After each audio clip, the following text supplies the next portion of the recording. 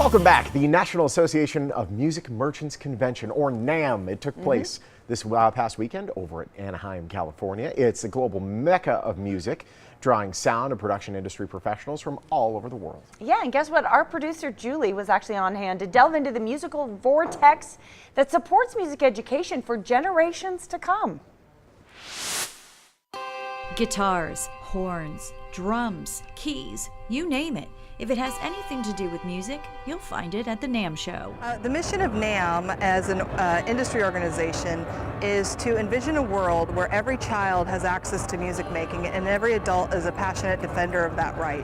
It is a place where tradition meets technology, where more than 100,000 attendees network with nearly 2,000 companies and experience 7,000 brands, where opportunities to learn are at every turn, and the industry's rich history is celebrated, no matter what era or genre. Well, NAMM was founded in 1901, so as an organization, we're 117 years old.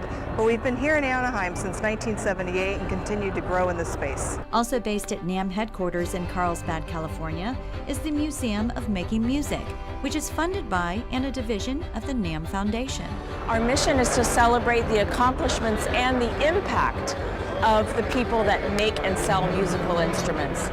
We also celebrate the ecosystem of the music products industry, which means the interplay between the people that make the instruments, the people that sell the instruments and enable us to gain access to these instruments, and then the magic that happens when these tools get into the hands of musicians.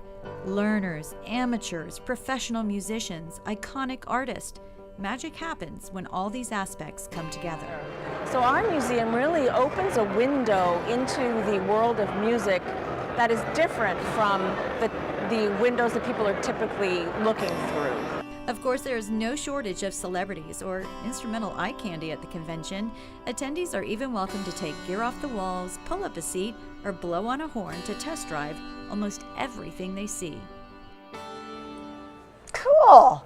It's awesome. Julie, it's just so neat. You are so passionate about music. I am. It's great that you go to this conference every year. What was the coolest thing, like piece of history that you saw this year? I know we saw a very old piano in there. I'm intrigued That actually by. was definitely the coolest piece of history that I saw. To me. That was the piano that was actually in the Ford Theater the night that Lincoln was shot. Wow. Yes.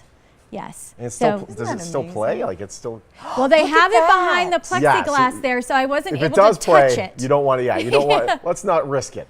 Chuckering? Yeah. Gorgeous. Yeah. How about anything else interesting from exhibitors? Any trivia you have for us? Or? Oh, well, you know, the coolest thing that I thought when I was speaking to the PR director, Shalise there, she said that NAMM's been in existence for 117 years. So I said, is there an exhibitor who's been around the entire time? And she said yes, and that is Hohner.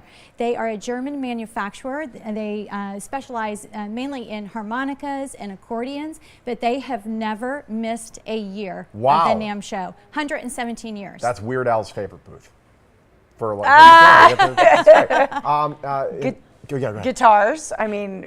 Oh, I mean, there's just way too many to name, but I was really struck by the Ibanez. It's the Paul Stanley. It is cracked mirror, and you can see it there on the end. How cool is that? So cool. Isn't it?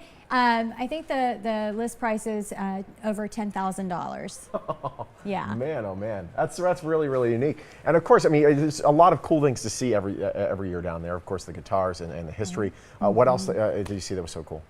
You know, in previous years, I really focused on, you know, who was attending the show. You know, you always see like Kerry King of Slayer and Stevie Wonder was there last year, I think.